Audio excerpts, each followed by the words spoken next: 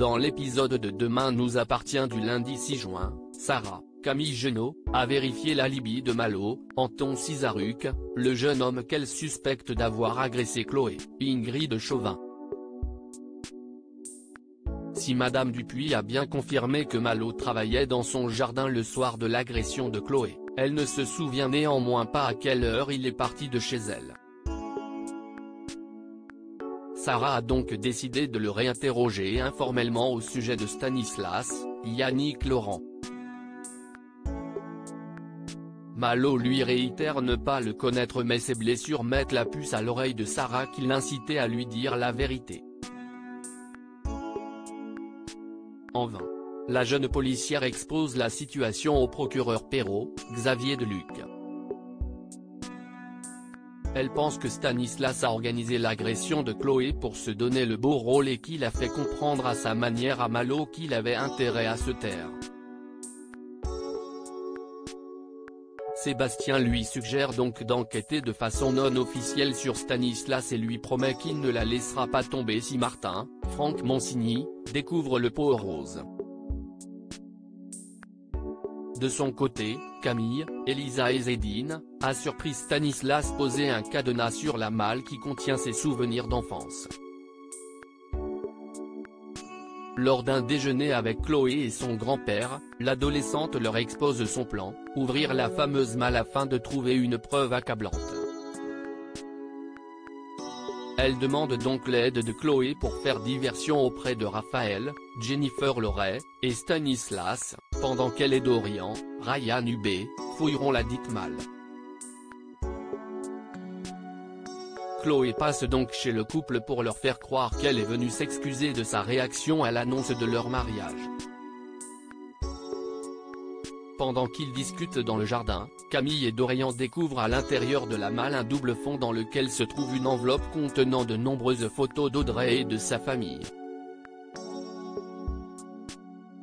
Découverte à laquelle assiste Stanislas qui les observe depuis le pas de la porte.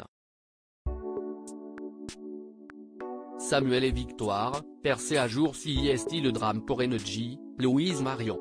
Tous les lycéens ont entendu l'enregistrement audio de ses ébats avec Nathan, AD, mis en ligne par erreur par le jeune homme. Elle en a tellement honte qu'elle a failli ne pas venir en cours ce matin. Nathan tente, en vain, de dédramatiser la situation en jouant la carte de l'humour, mais la jeune femme lui en veut vraiment. Elle déplore que son chéri ne réalise pas la gravité de la situation. Nathan est en effet convaincu que dans 2 jours tout le monde aura oublié cet enregistrement. Ce dernier est par la suite convoqué par Chloé et Étienne, Patrick Guérino, qui souhaitent avoir des explications. Nathan leur avoue alors s'être inspiré des exercices de respiration d'Étienne pour booster ses performances au lit. Energy trouvant qu'il faisait des bruits étranges pendant qu'il faisait l'amour, elle a décidé de les enregistrer pour les lui faire écouter. Nathan a simplement confondu ce fichier audio avec celui de son podcast.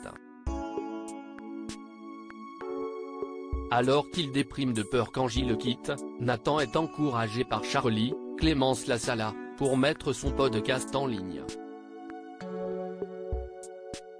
Il y confie que pour la première fois de sa vie quelqu'un l'aimait, une fille bienveillante, qui rit à ses blagues et qu'il peut désormais sourire en pensant à l'avenir.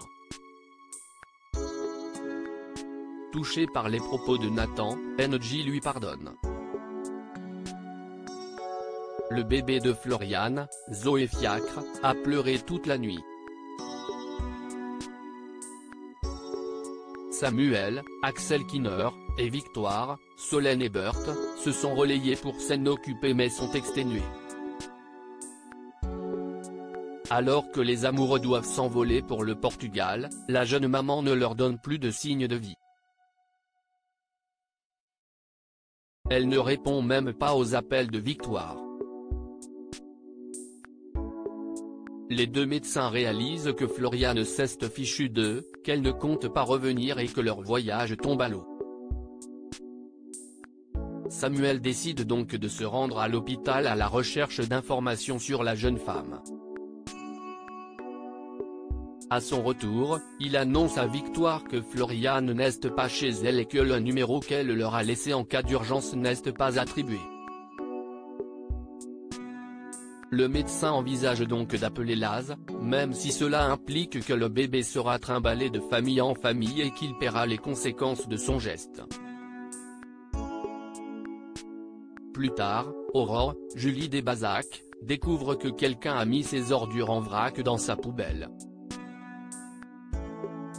Elle part donc à la recherche d'une pièce à conviction pour savoir qui est le fautif, et trouve une enveloppe au nom du docteur Chardot ainsi que des couches. Il ne fallait pas davantage pour que William, Kamel Belghazi, fasse le lien avec les pleurs de bébé qui provenaient de chez Samuel. Aurore et William rendent donc visite à Samuel et Victoire, à l'improviste. Alors qu'Aurore découvre deux bodines neufs, Samuel tente de noyer le poisson en lui faisant croire qu'il s'agit d'un cadeau de naissance pour un couple d'amis. Mais William et Aurore ne sont pas dupes. Surtout que le bébé de Floriane se met à pleurer. Affaire à suivre dans Demain nous appartient.